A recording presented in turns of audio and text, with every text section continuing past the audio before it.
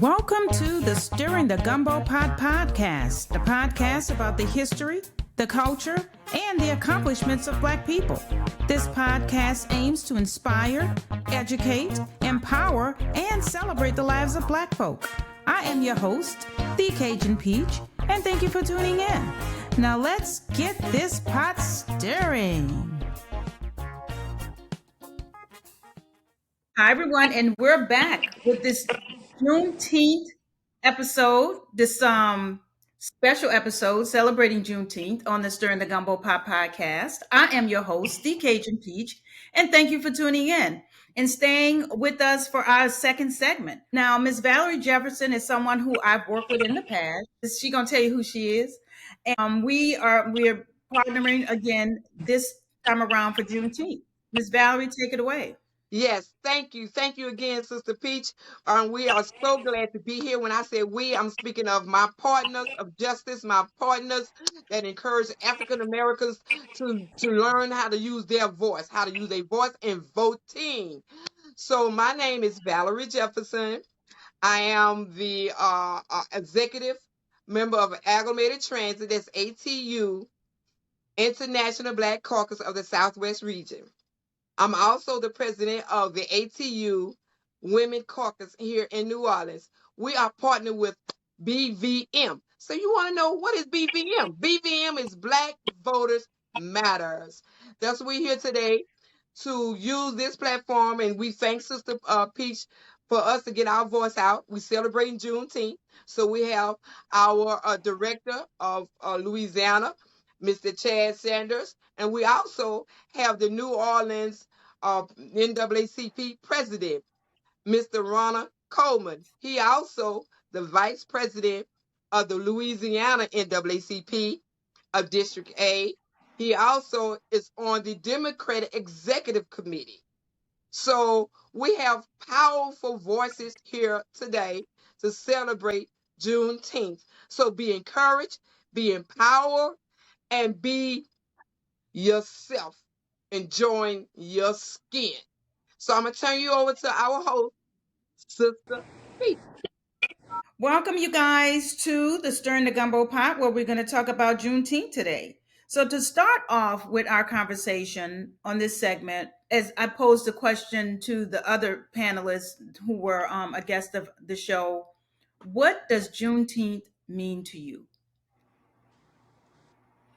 Oh, Go ahead. what it means to me, I'm disappointed in the last 30 years of Juneteenth in the African American community. Because when Juneteenth happened, we do right now today, and I had this discussion, we're going to picnic. You know the origin of a picnic? Pick a nigger. This is when the babies was born from the wintertime. And how we celebrate Juneteenth, we're having a picnic and a cookout. It's not a time for that. I'm a student of the 60s and the 70s in the civil rights movement. We were educated to understand words matter. In 1954, the United States Supreme Court Justice Louis Brandeis says, you didn't have absolute freedom of speech because it can present clear and imminent danger. Words does matter. If you continue to celebrate a picnic, if you continue to celebrate the N-word and all these rude behaviors from slavery, you only remain to be a slavery. In the last 40 years, we have turned the clock back to slavery. And within our own community, we have fear within our community. Today, I left 2 events. They were planning a picnic for Juneteenth. And the same words I'm telling you guys, I told one of the leading Black social and pleasure clubs of New Orleans how I felt about a picnic. I told one of the churches the same thing about a picnic. So because we're ignorant to our history in the last 40 years, we're repeating and we're living in a lot of fear. So I am very disappointed in Juneteenth 2024 in the African American community. Okay. Thank you. Mr. Sanders. Thank you again, Sister Peach, for inviting me on. Brother Coleman, pleasure to be introduced to you again. Thank you, Valerie, for giving me this opportunity. You know, Juneteenth is one of those things that really remind us of, to Brother Coleman's point, where we've come from, how much further we still have to go. You know, I'm disappointed that I was 24 years old when I first heard the words Juneteenth. That nowhere in my education, nowhere in my training, nowhere in my churches, nowhere in my community groups did I understand that more than 4 years after the Emancipation Proclamation, there were brothers and sisters still living in the most remote parts of the Confederacy who did not know. So when I think of Juneteenth for myself, and Brother Coleman, thank you for calling us out as people. We've got to step our game up to be strong, moral, connected, or we say community a lot, our common unity. And at this Right. point in life, what are the ties that bind?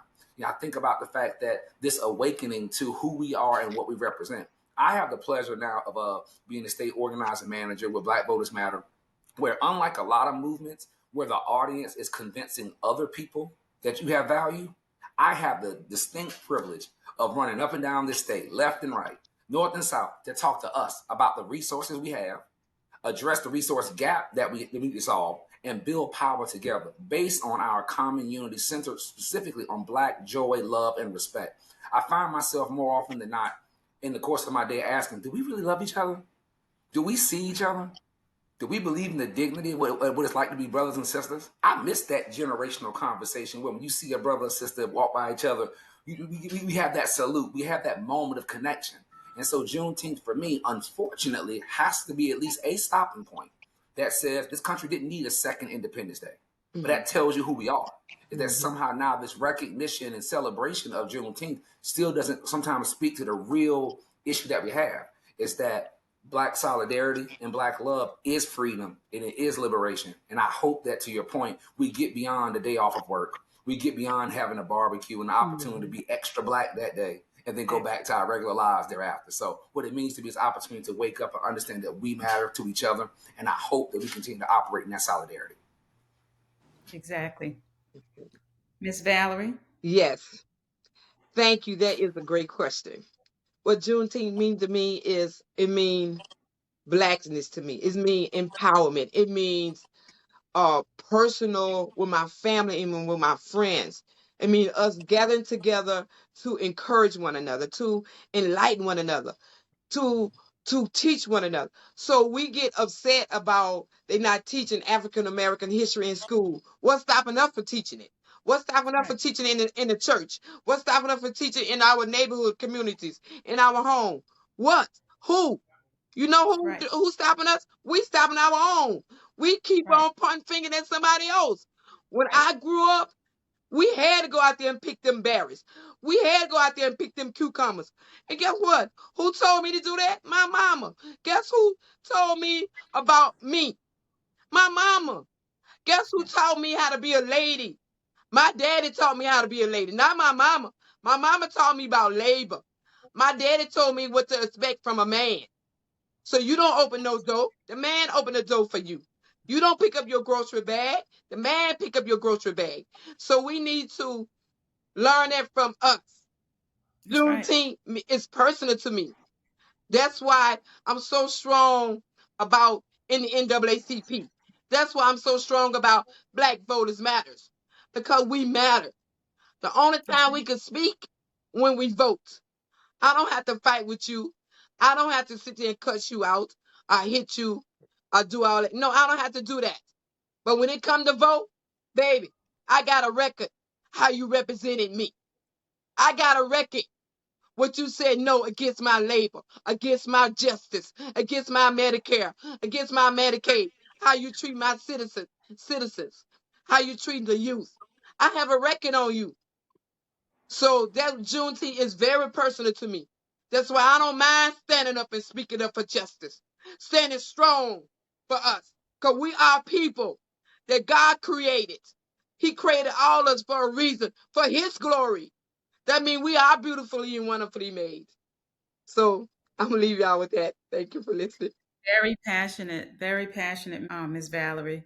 Thank you very much. And for me, Juneteenth for me is I celebrate Black History every day. I do, and it's about the history and the slaves who what they endured, and me educating people and trying to teach the youth about who those people were, why it's significant to honor them, and to continue on teaching. Right. So that's what Juneteenth means to me, to continue teaching people about our history and where we come from and why we celebrate Juneteenth. So I'm probably going to be I'm probably gonna be off that day from work, thank goodness, and getting paid for it, and teaching. That's what I plan to do on Juneteenth, right? So that's what Juneteenth means to me. Can I pull one thing together real quick that I just heard from y'all that was so powerful? Is that this Yes. education. And Miss Valerie talked a lot about where she learned how to be who she is, her Mhm. cultural identity, her position as a strong woman. And I hear you saying that, yep, it's still about the education. I think so much of what we've done is believed in other people's systems and institutions that do our work for us. It's That's our right. job to educate each other Right. about who we are. And that's Right. why that's how we build a better black future. It's because we Right. know where we've been and Yes. we have Mhm. a more collective understanding of where we're going. So I just want to Right. flag that. Sorry to jump in front of your Yeah. next question, but And, I and, heard you and two then talk about what we need, and it's the heart of a teacher from between generations, between wherever we are in this journey, Right. to be able to stay connected and not rely on other people to tell us who we are. That's a lot of the problem we have as well. exactly, Yes. exactly. Yes. Because I could have built this platform into a gossip podcast, right? About entertainment and things like that. But that wasn't serving my purpose in the world. Do you know what I mean? So I said, I don't have time for that. Leave that to other people because they're gonna do that anyway. I wanted to be exceptional. And so that again, teaching and educating the people on blackness. Um next topic is how should we celebrate? Because we just talked about picnics, right? And I think in the last segment, I I talked about like what did I talk about how we could celebrate? Like what is the one thing I think as a collective that we can identify as a way to celebrate? Because from what I heard in the last segment, each state is like doing their own thing, each state. Well, and I think we do that anyway with the Martin Luther King holiday. Each city, they put on their own parades and things and celebrate in their own way. But how do we as a group, as a people, identify and Juneteenth and how do we differentiate it and what can we do to honor it? I'm not even going to call it a celebration anymore. I really don't want to call it celebrating, but honoring Juneteenth. How can we honor the holiday to make it meaningful and impactful for our people?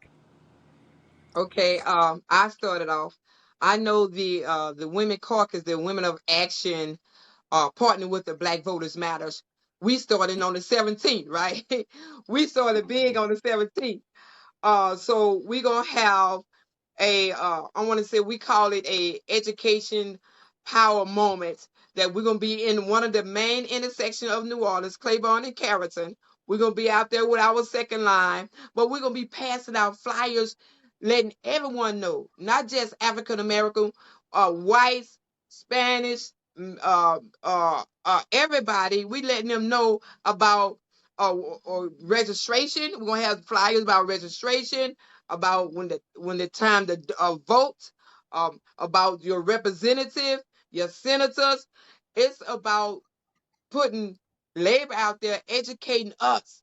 Juneteenth to me, that's why I say making it personal because we fail by lack of knowledge. Okay, so if you don't have that knowledge, how you gonna understand? You don't know what to understand.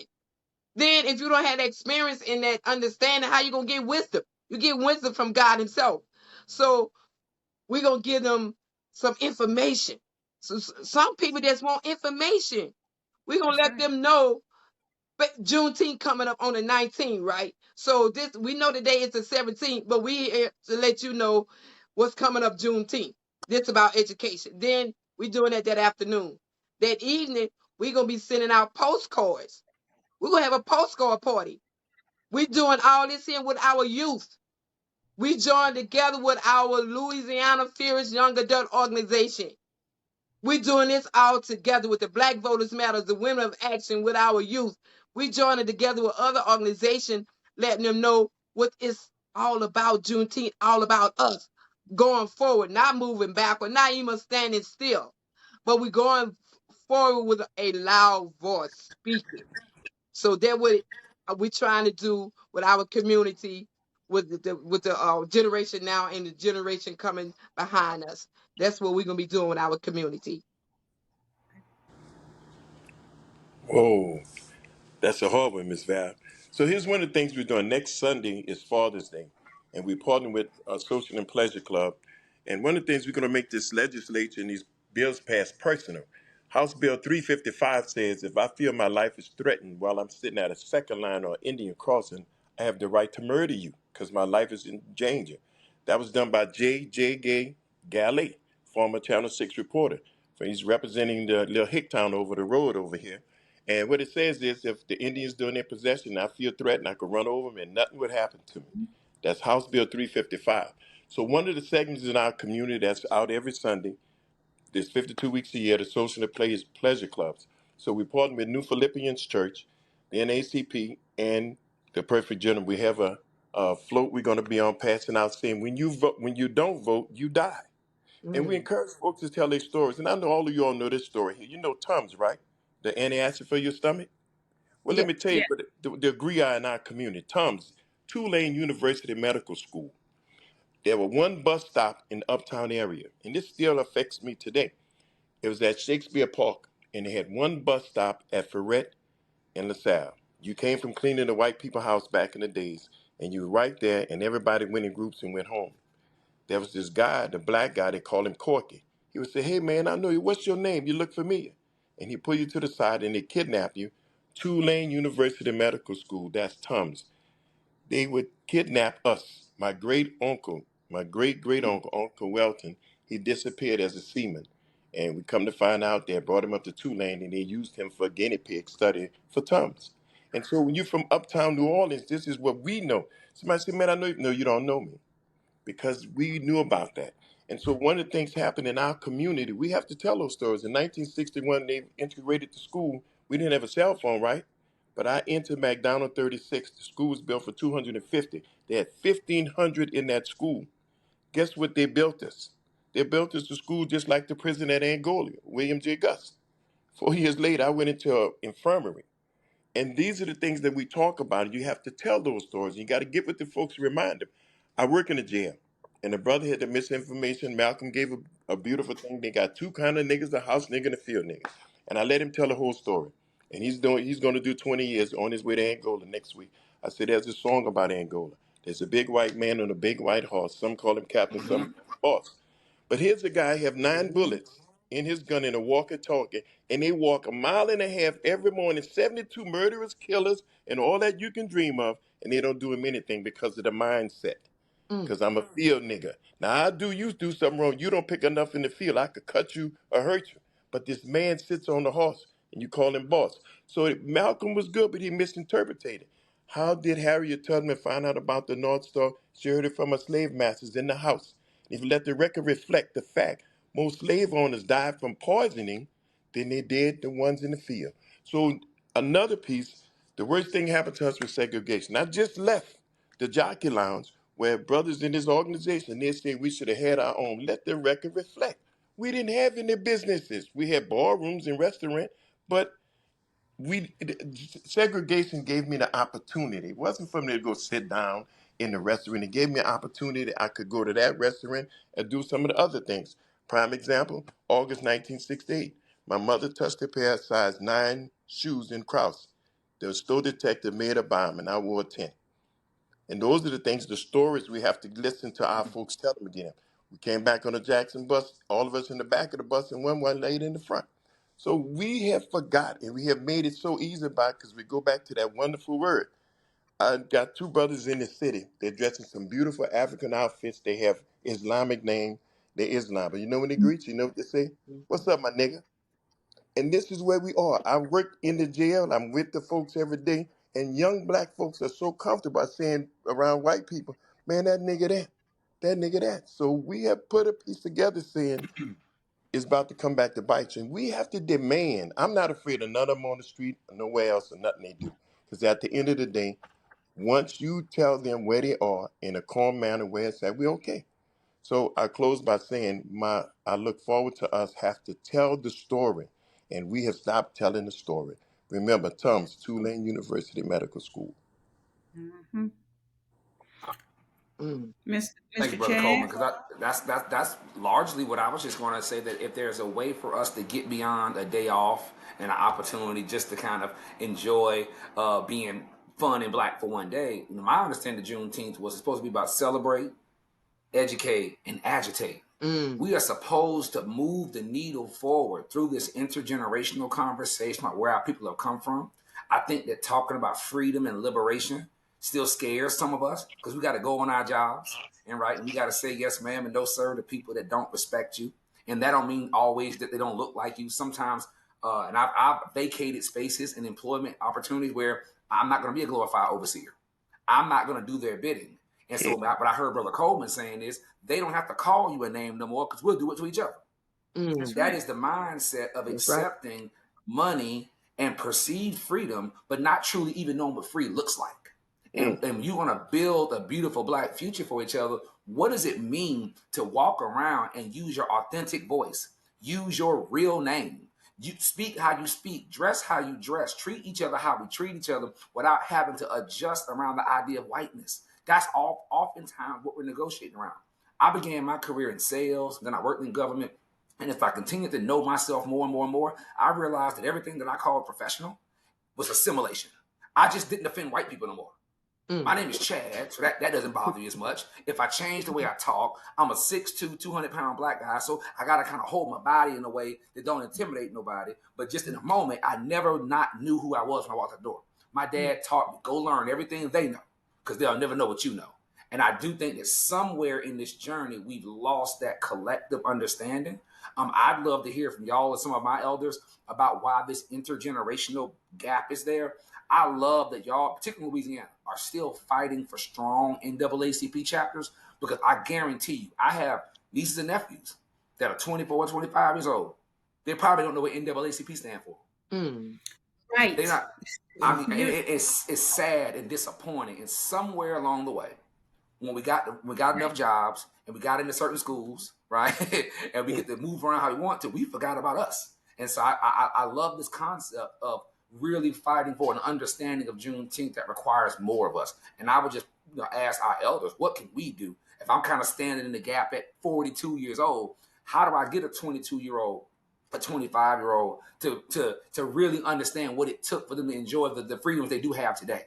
That people blood was shed to have this Mhm. opportunity we have today. So I just kind of that's how I try to process Yeah. what that means to be truly liberated.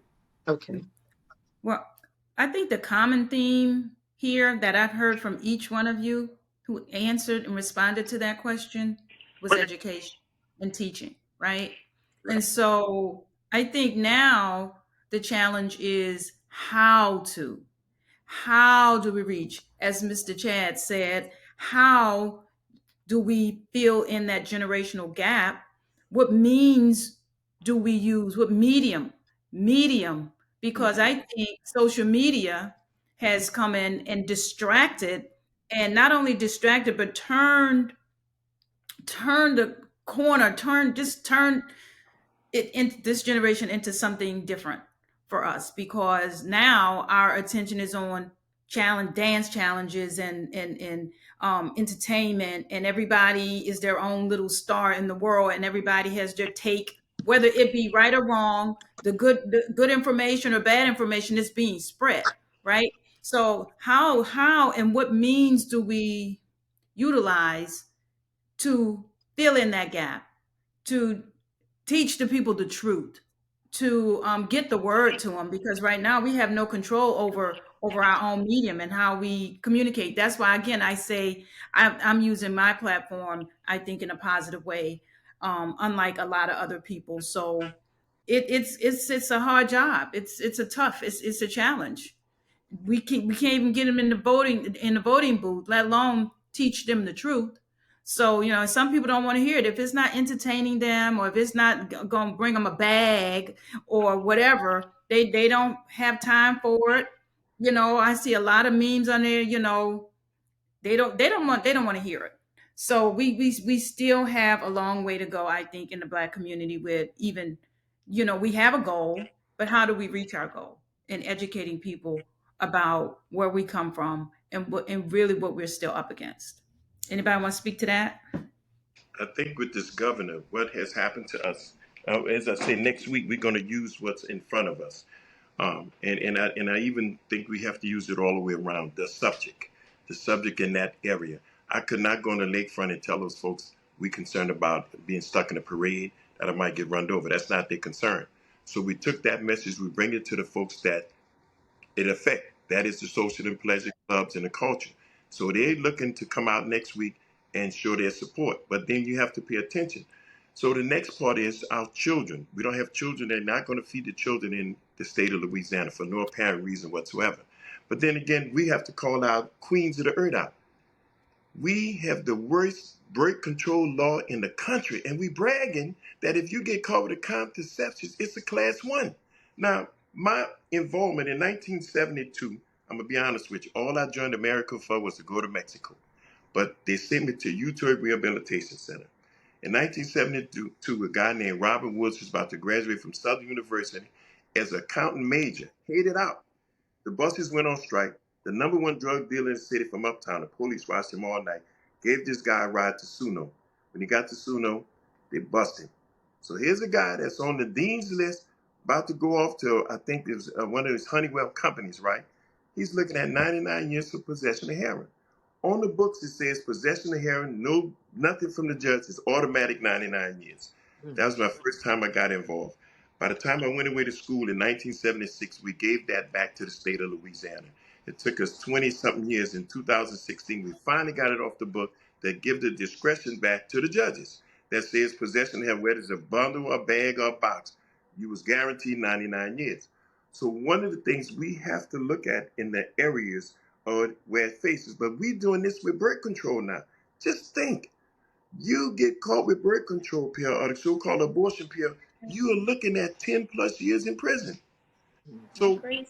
that is crazy. That's real crazy. And we bragging. We got the birth control pills, the number one scheduled drug in America. Come on, really? So at the end of the day, we have to take the issues that matters to us to the folks where it matters at. But I don't want to drift away, but I want to ask you all a question. When you go to Walmart or your favorite store, you give them your money and they give you a receipt, right? So what we training you now, when you go to vote, you ask that commissioner, what number am I today? You know your ward and your precinct, what machine I'm voting on, and what is my number on the machine. You know what happens with that? I done got 37 people Social Security without getting a lawyer this year alone. That's the informed voter. So I vote at Ward 10, Precinct 12. I was number 8 on my book, a voting machine number 230, and I was 127. When every politician, even the dog catcher, even Bill Cassidy, Steve Scalise, when they hear those numbers, guess what they do? They know you're informed voter. We tell people to vote, but we have to get them to be educated to voting. Get That's what I was your talking receipt, right? That's what I was talking about earlier, Get your about receipt, educating people about voting and what all that entails, right? and how to read a ballot and what is an ordinance and what is all these different things on there, right? Even the walking in the door, how you sign in, how you walk out of there. It's a process, Right, and you have to want to be a part of the process, right, because that will leave you frustrated and saying, I don't want to go back, that was too much, I'm not doing that again. So and they're making it that way so we can stay out of the back, out of the polls. They're making it more and more complicated. If you don't have the right ID, if you're not on the right list, if you haven't done this, then you can't. It's just crazy. And then we have somebody who's on the ballot for president who is now a criminal. Like, really? What? Where are we as a nation? But anyway, I'm sorry. That was like, no, that's good. Keep it going. Keep it going. That's educated. we in this 25 thing, which I haven't really delved into. What is this 25? Do y'all know what I'm talking about? Like Yes, these yes. 25 The point things 2020. that. Yeah, I've been on it, and one of the things they brought it up, and the Democrat has theirs as well. I'm not too alarmed about the far right in their projection of what they're trying to do in the country. We had a forum and some discussion about that when it first came out, and what they're trying to do is eliminate the Department of Education, the whole 9 yards. But let's just remember one thing, and I'm saying from an inside place. Do you think the world will allow America with this orange conundrum to come in and eliminate NATO and turn this country over to communists? If you don't think they'll let Donald Trump choke on a bubble gum or slip down on a bar soap, because the world, if you watch the words they didn't say this week, Europe is afraid of Donald Trump coming to office. He's already sided with Putin, and you're talking about Switzerland, and all those countries right there. They're on the end of their chairs. A report coming out today after the president leaves, that whole piece is on the end of their chairs with Ukraine and what comes next. And so I we are encouraged, and we are encouraged because it's not going to be what we think it is. Now they're going to tell you he's up in the polls, and all the polls don't mean anything, and that's part of the thing of what they do. But rest assured, the world couldn't take Donald Trump as president. I hope. I hope not. I hope not. Um, Mr. Chad, we didn't hear from you about well, I think were we talking about how we should celebrate? Did we get that out? What You got Juneteenth, but I tell you, I'm happy to brag on a little bit about Black Voters Matter and why this role that I'm in now is Okay, so great. important in a space like this. So we talked about how do we celebrate, what's next, how do we connect these dots around education. One of the things that Black Voters Matter Fund is so unapologetically and clear about is that it's about being 365 Black. We fight back, we don't black down, we do take breaks. That the idea that the ballot box is a lag measure. All the work that we do to go into every community we can and meet folks where they are. So BVM is a C3. We do a lot of training, education, and voter awareness. I have also the ability to work in my C4 capacity. 501c4 allows me to issue advocate, to talk about certain candidates, talk about certain bills, and then we also have a super PAC. So there are people who are on the right side of our issues that BVM funds. All of these roads, all these avenues that we use, these mechanisms are to get in front of our people and, to your point, figure out what we do. So often people come tell us what matters to us rather than asking us. Oh, and Brother Coleman seems like one good old school organizer. You go find your people, then you find your issues. You don't present, because that's why there's this disconnect. We're talking about stuff that doesn't feel real. When you talk about taking that session and making it personal, in the barbershop, the beauty salon, the social aid pleasure club, the guys hanging on the corner, do you understand that what we're dealing with our current leadership that we just saw this wild session is because of being asleep at the wheel for the previous couple of years. We didn't think they mattered. We didn't know what was going to happen. And so now more than ever, even though the federal elections are going to go the way they go in Louisiana, we got to be thinking about our municipal elections in New Orleans and Baton Rouge. I mean, think about how much of Louisiana is driven by what's going to happen in those city halls. What are we? And rather than complain and campaign, rather than just a cult of personality of who we like and who we don't, who makes us feel better about who we are and what side of town we're from, what are we really asking of our leaders? I know the numbers are creeping down every year. New Orleans was a traditionally 60% Black city. Do you know that's like a city on a shining hill in America, to say that you have a place that is authentically itself? You're going to adjust to language, food, culture, the way of life, and we don't have the power to be self-determined in what we expect from our leaders, what we expect from ourselves. The fact that we have an all charter public school system still blows my mind, right? I was talking to some of our organizing friends down in Violet, Louisiana, where they're going to move that high school to extend the port. That predominantly Black high school might not be on the Black side of town anymore. Mm. And that's not a former President 45. That's not a Jeff Landry issue. That's your school board. That's your parish council. If we teach each other how to organize around your everyday issues and know how to show up for public comment opportunities, how to text, call, write, show up, use your voice every day, instead of waiting for now the results. We're eating the bad fruit of a lot of laziness and misguided stuff and a lot of misunderstandings. And we're going to that point, if there's a way to take Juneteenth to having a rallying cry, a galvanizing moment around voting, is how many more of these headlines do you want to read and wait for them to decide what you get and what you don't get? How do we activate and get motivated about the issues we care about today? And I'll just finish here. When you mentioned, Brother Coleman, the issue around reproductive rights, I was sitting at the legislature watching Representative Newell and Amy Freeman debate the abortion bills against, at the time, a panel full of white women representing their districts.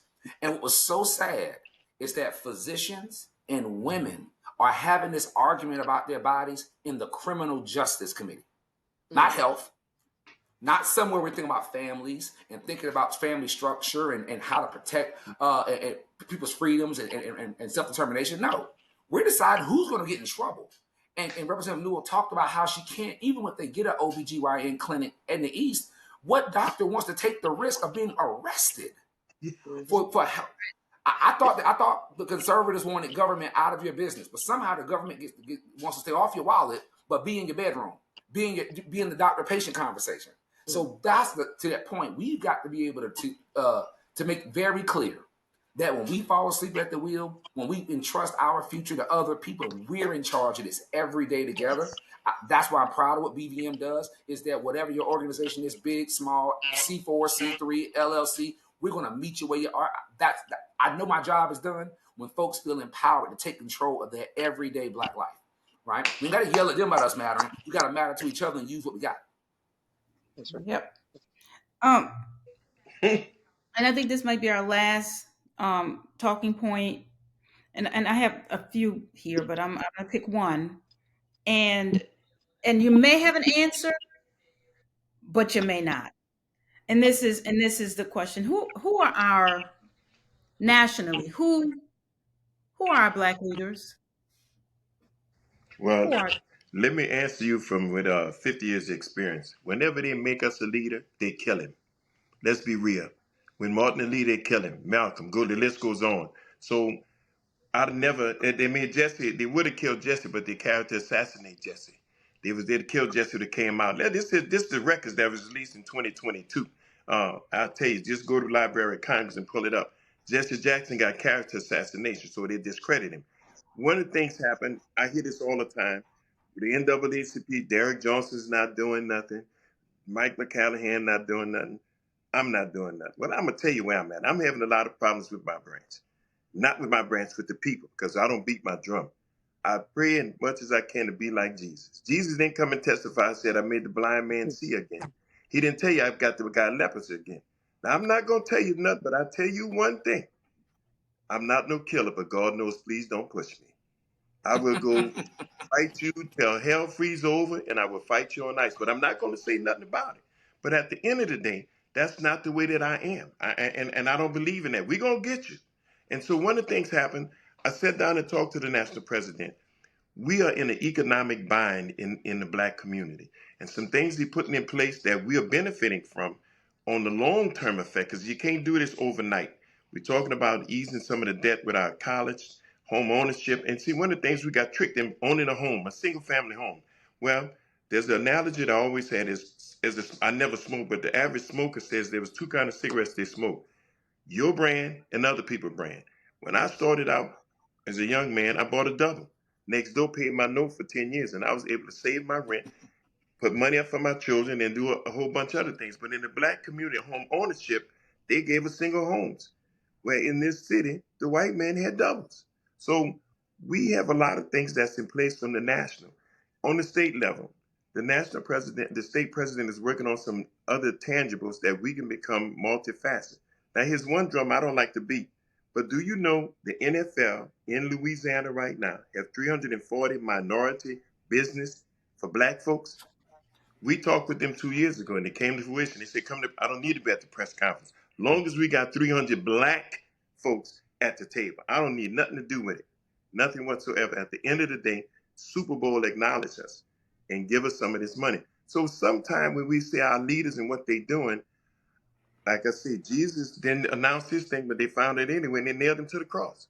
So sometimes you just have to keep your mouth closed and do the job. So we have leaders. Miss Val is a wonderful leader. Dear brother, I met him moving over. He's a good, cool, calm. We have the same thing. We tall Black men, right? We have an African nose. So at the end of the day, I don't, you have to mind how you move, even around some of us, because they say, you don't say this, that's loud. It is what it is. But at the end of the day, we have leaders all over the place.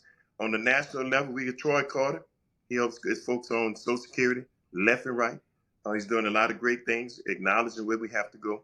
But once we announce our leaders, what happened to them? right? A character assassination. Right. Mm-hmm. I know. And a lot of us don't know who they are.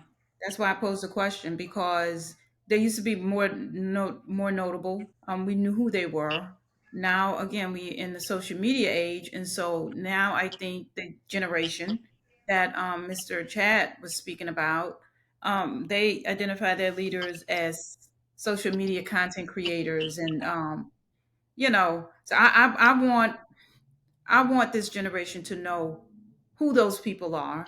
And I know what you mean by the whole COINTELPRO thing, and because one of my leaders was assassinated, Mm. Malcolm X. So I'm gonna throw the question to you, Miss Valerie.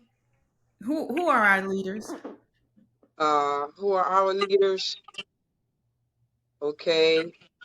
To me, we have some backdoor leaders, right? So when I say backdoor leaders, that means that you would talk big behind closed doors or just a small group or in a meeting. But when you get a platform to speak the truth, to live the truth, to call people out, to speak on what is not happening, should be happening for all people, right?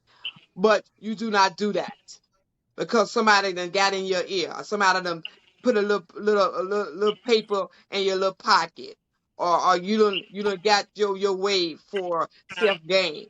So I say we have in-house leaders. We have I want to say we have public leaders nationally, but I don't see us have any national leaders. Because when we do call them out, they will be dead. And Uh, that's yeah. yeah, and then but I do have personal leaders, city leaders, um state leaders that I can look up to. One of them right here is on the platform with us today, Mr. Coleman. Yes, he one of my leaders that I will speak up for my brother anytime, anywhere, any place with anybody, publicly and privately. And he know that, not everybody else gonna know that. I'm just learning Mr. Chad, but I know I've been working with Mr. Chad. Mr. Chad still speaking up for us. He still do things for us that's out of the ordinary that he just came on. But he still speak the word with truth and with boldness. And guess what? With a background with information that a bag of what he speak. So you don't know, Mr. Chad. People be watching you and listening to you. So Thanks. that's very Yes. important because when the next generation, when the young generation see you and hear you speaking, they want to know where you get that from. Who told you that? You got Mm. to have documentation to back that up because you got to make it personal to them. So if you're gonna be a leader, a female or male, you got to show them. If you cannot show them, you're not no leader to them. And that's them are the generation gonna take care of us. That's right. So a leader is a person that will speak up, will stand up for justice for us all, Yes. will deny themselves for the better good of mankind. If a leader cannot do that, guess what? Mm. You're not no leader in my eyes. That's right. So that's all I have to say. Right. That's right. That's right. And I have my own personal leaders. They're not nationally known, right? You guys, I consider Miss Valerie one of my leaders. She's my sister. We become very close because her message and her fight is so positive, and it especially with women, right? She's a real sister. I swear she is. And my sister also, Miss Shawan Mm. Bernard. I mean, I have my own list of people, but I think that as a blacks as a whole, I think we're missing what we used to have, that defining person in leadership who we can just look to. It's so many. I think they broke us all out now. And it, I guess it depends on where you want to be led to, how you want to be led, right? But my hope is for people to, if you can't find that leadership within yourself, that you find it somewhere. It might be in a church. It could be somebody on a platform who's speaking, because there are people out here on platforms who's speaking positive messages. They're on, a trajectory of growth and leadership. So I just hope that the younger generation would find somebody who can lead them and show them the way, to righteousness and learning about our past. So I think that's it. I think we're at the end of our segment, Miss Valerie. What you think? Yeah, this was very good, very empowering and enlightening. So hopefully and prayerfully that everyone who watched this at any time, you can watch it in the morning, late at night, in the midday hour, lunchtime while you're eating, that you will be encouraged with the message and with the information that each guest has spoke. Hope you hear with your ears and receive it with your heart, and your soul will stand up for justice, will stand up and vote, because that's when you can speak loud, when you vote. So I really think it was very good, Sister Peach. You did very well. I didn't what I didn't do last segment, and I would like to do this segment, is give our guests, Mr. Coleman and Mr. Sanders, the opportunity to let people know, like if they have a platform, if they're on social media, or encourage them to maybe join the NAACP or Black Voters Matter. Please expound on that, Mr. Chair. How can you be reached? What do our audience need to know about you in order to learn from you? BlackVotersMatterFund.org is a hub for all the information, training, and questions you may have about how we use our power. You know, when you read the core values of Black Voters Matter, it is centered and focused exclusively on how we take care of each other. This isn't about how to improve the black vote for somebody else on somebody's issue. But BlackVotersMatterFund.org is an opportunity to look at whatever state you're in, whatever issues you care about, get connected to other partner organizations. You know, we don't do this work by ourselves at all. Without the NAACPs, without Ms. Valerie and all the various hats she wears, without you, Sister Peace, elevating these conversations, our work doesn't exist. Our work is a function of what we truly believe and want to see in and with each other. So I would just recommend go to BlackVotersMatterFund.org, select your state, and you'll connect to other state organizing managers like myself, our policy team, and that'll be the best place to begin that conversation about what you care about and how we can elevate that together. Okay, and I'm going to link that in the description of this when it goes to YouTube. I'll put that link in the description of the video. Mr. Coleman, Well, I'm an old guy, and I know one thing about our network. I never gave my number to nobody, but I get at least 100 calls a day. We never send our membership. We have folks journey. We have fights and people show up. So people don't care about what you say, what you put out. They care about what you do. But dear sister, I have to get this off and I missed it. We talked about our leaders. Do you know the founder of the Black Lives Matters movement was killed in New Orleans? And nobody talked about it. And I witnessed it. I went out there when it happened. It was done by the CIA. It was the same kind of killing they was doing. I could share more of it with you. When you said the national leaders, I was kind of hesitant, but they're gonna do what they're gonna do anyway. But he was killed in New Orleans. Set wow, a national leader called him down here to meet this lady, and she sent him on a bicycle, and they found him 2 blocks from my house, shot in his right ventricle with 2 drops of blood on the ground. wow. And that was I shared an article. You could Google it up. Black Lives Matter founder killed in New Orleans, and and that's once again about our leaders. But I'll leave it with this. To get in touch with us, just reach out. We're here.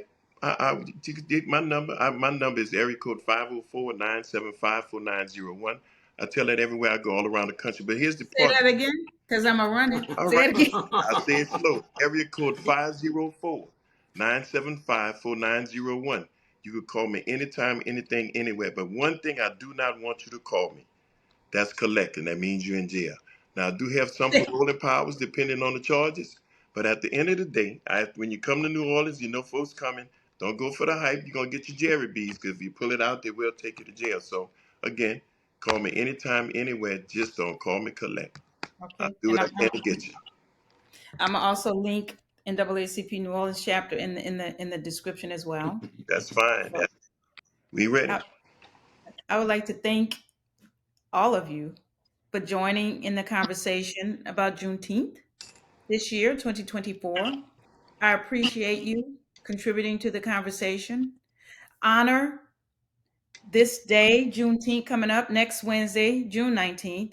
It's more than, for me, like I said, about a celebration. It's about honoring. It's about honoring the people who came before us. Yes. And that's how I'm going to end it. Thank you guys. Thank you everyone. And happy Juneteenth, everyone from Stirring the Gumbo Pot. Happy Thank you. Juneteenth. Happy Juneteenth, Thank you. everybody. Well, that wraps up another episode of the Stirring the Gumbo Pot podcast. I really appreciate you all listening in and for being a supporter of the show. So in the spirit of Don Cornelius, I wish you all love,